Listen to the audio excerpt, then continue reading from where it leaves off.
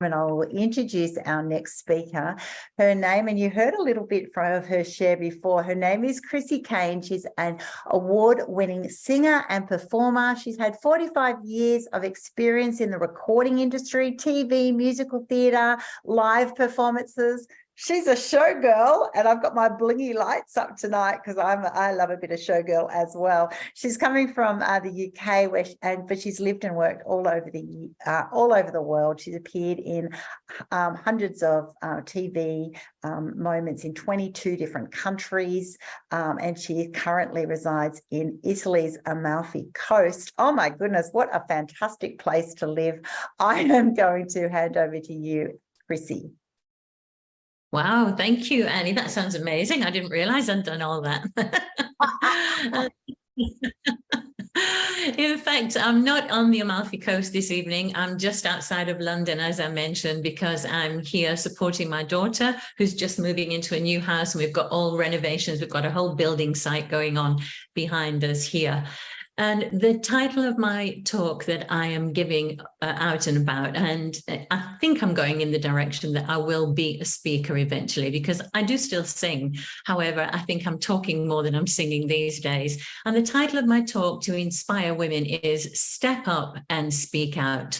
And so going back to what I have been talking about already, women have felt historically that we needed permission to be able to say what we wanted to say. I feel that at the moment, I don't know if it's the same, because I see that we've got people from all over the world here, even on the screen at the moment. But in the UK, there's a big cancel culture of women, and they are very down on us being able to own our title and call ourselves women. A whole new group of people are claiming the right to use that word, women, and I've got nothing against anyone stepping into their own power, being who they want to be and doing what they want to do. That is a wonderful message. I just don't want them to do it at the expense of another race group. That is my problem. I'm seeing that there in my business, there are a lot of adverts at the moment that are asking for female singers or female identifying singers.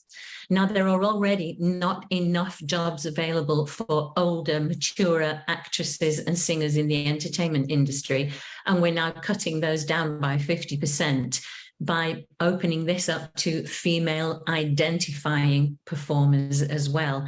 And so that has led me to join, I've been a member of the Equity, which is the British Actors Equity Union, for 30 years now, but I'm actually a representative and I'm currently standing for council because I feel that there needs to be some legislation to take care of women and our futures, and for us to be able to identify as who we are and what we are without feeling that we are going to offend someone, because I find it offensive that somebody should try to stop me from using my title of being a woman. I'm very open to read the comments if anybody else wants to mention something there. However, what I am speaking to people about is, now that we have won this hard-earned right to step up and speak out, it has come to us after years of having been, as I said before, either told you're not relevant, you're not pretty enough, you're not young enough, you're not the right shape, you're not the right size. Those kind of things have been going on in this industry. We only have to look at the Me Too movement in America, and on a daily basis, there are new scandals coming out that affect the entertainment industry and how it's been a predominantly male-dominated workplace, and women have just had to put up with that. And what I want to teach young people coming into the entertainment industry is to have a standard that you are not willing to negotiate. You must set your own rules for your own life across the board, not just within the workplace. Be who you want to be, say what you want to say, and don't feel that you need to be edited or discouraged from saying the things that you want to say. And so when I speak to people now, I see a young lady that's just popped up on screen now. She's turned up to come and hear me speak this evening. And she came to me with I don't know, it's Iffy Thomas is down in the bottom right-hand corner. Iffy came to me, she's from the UK as well, when she was much younger, and saying that she wanted to be in a girl group, and she had been on TV and she'd done this and she'd done that. Could I help her put a girl group together? And we did. We went and we did everything that we needed to do to bring this girl group in front of none other than Simon Cowell and his assistants, because they were going to be on TV. Now, in another talk, because I have only got 10 minutes, I will tell you what that whole area of reality TV is all about. There's nothing real about it. It's another con that we have all bought into, because unless you have been introduced to those people in the first place, you're not even going on the TV program. They make it look as if it's real and reality, but it is actually totally scripted. Iffy eventually backed out because they were asking if they could write her script for her that she had to deliver to the camera. Back me up, Iffy, isn't that true?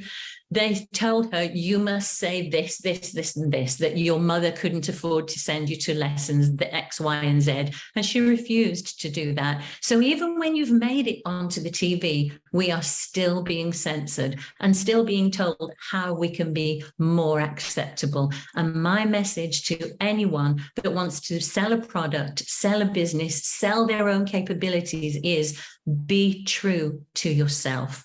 Decide what your rules are for your life and live by them. Be coachable, get the best help that you can, and don't be afraid to spend money to get the best help, because I don't want people like the doctors I'm working with and the authors that I'm working with. I don't want them to be perfect on camera when they come to me. I want them to be a good heart surgeon and I want them to be a good author, but I want to help them to express themselves, and not to correct them, but to help them maximize their impact by being unafraid to stand up and speak out. And that's my message.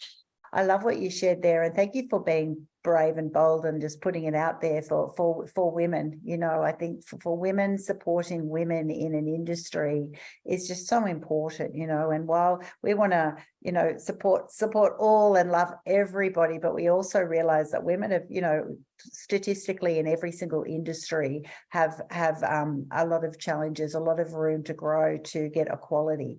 And so all we're wanting is for equal opportunity, really, which is what you're sharing. And it's great to see that you are, you know, fighting for that and supporting other women in your industry.